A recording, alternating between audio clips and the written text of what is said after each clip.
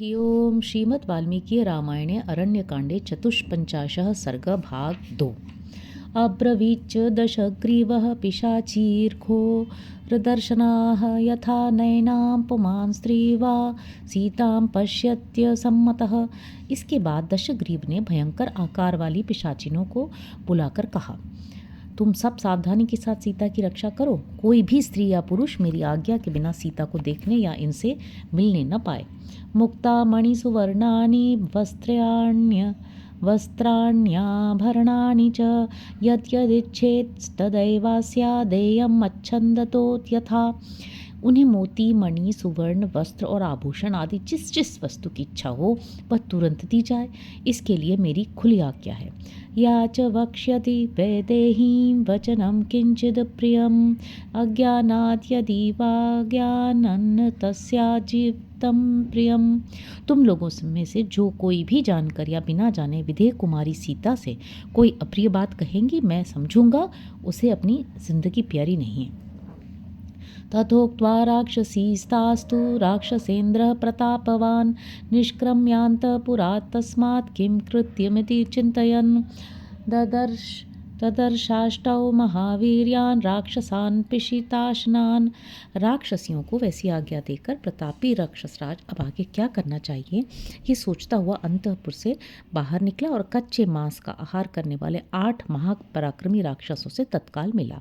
सतान् दृष्ट्वा महावीर्यो वरदानेन मोहितः उवाच तानिदं वाक्यं प्रशस्य बलवीर्यतः। उनसे मिलकर ब्रह्मा जी के वरदान से मोहित हुए महापराक्रमी रावण ने उनके बल और वीर्य की प्रशंसा करके उनसे इस प्रकार कहा, नाना प्रहरणाः क्षिप्रमितो गच्छत् सत्वराः जनस्थानं हतस्थानं भूतपूर्वं खरालयम्। वीरों, तुम लोग नाना प्रकार के अस्त्र शस्त्र साथ लेकर शीघ्र ही जनस्थान को, जहाँ पहले खर रहता था, जाओ। वह स्थान इस समय उजाड़ पड़ा है। तत्रास्यतां जनस्थाने शून्ये निहत राक्षसे पौरुषं बलमाश्रित्य त्रासमृत्यु सृज्य दूरतः। वहाँ के सभी राक्षस मार डाले गए हैं। उस शून्य जनस्थान में तुम लोग अपने ही बल पौरुष का भरोसा करके भय को दूर हटाकर रहो।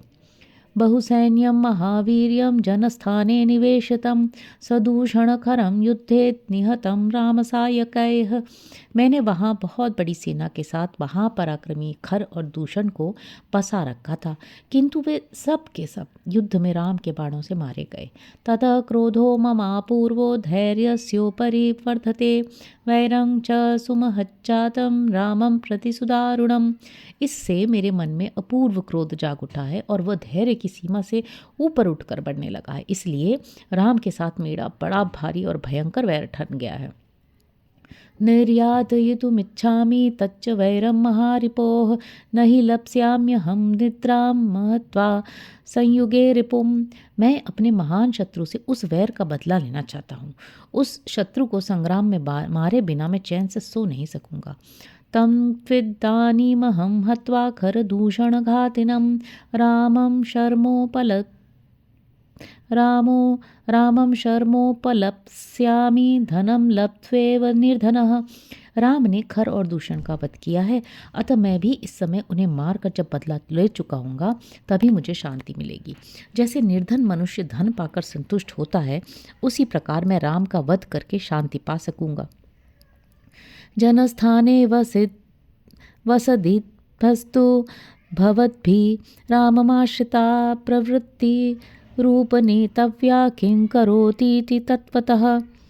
जनस्थान में रहकर तुम लोग रामचंद्र का समाचार जानो और वे कब क्या कर रहे हैं इसका ठीक ठीक पता लगाते रहो, और जो कुछ मालूम हो उसकी सूचना मेरे पास भेज दिया करो। अप्रमादाच्च गंतव्यं सर्वरेव निशाचरैः कर्तव्यश्च सदा यत्नो राघवस्य वधं प्रति। तुम सभी निशाचर सावधानी के साथ वहाँ जाना और राम के वध के लिए सदा प्रयत्न करते रहना। युष्माकं तु बलं ज्ञातं बहुशो रणमूर्धनि अतश्चास्मिन् जनस्थाने मया यूयं निवेशिताः। मुझे अनेक बार युद्ध के मुहाने पर तुम लोगों के बल का परिचय मिल चुका है, इसलिए इस जनस्थान में मैंने तुम ही लोगों को रखने का निश्चय किया है।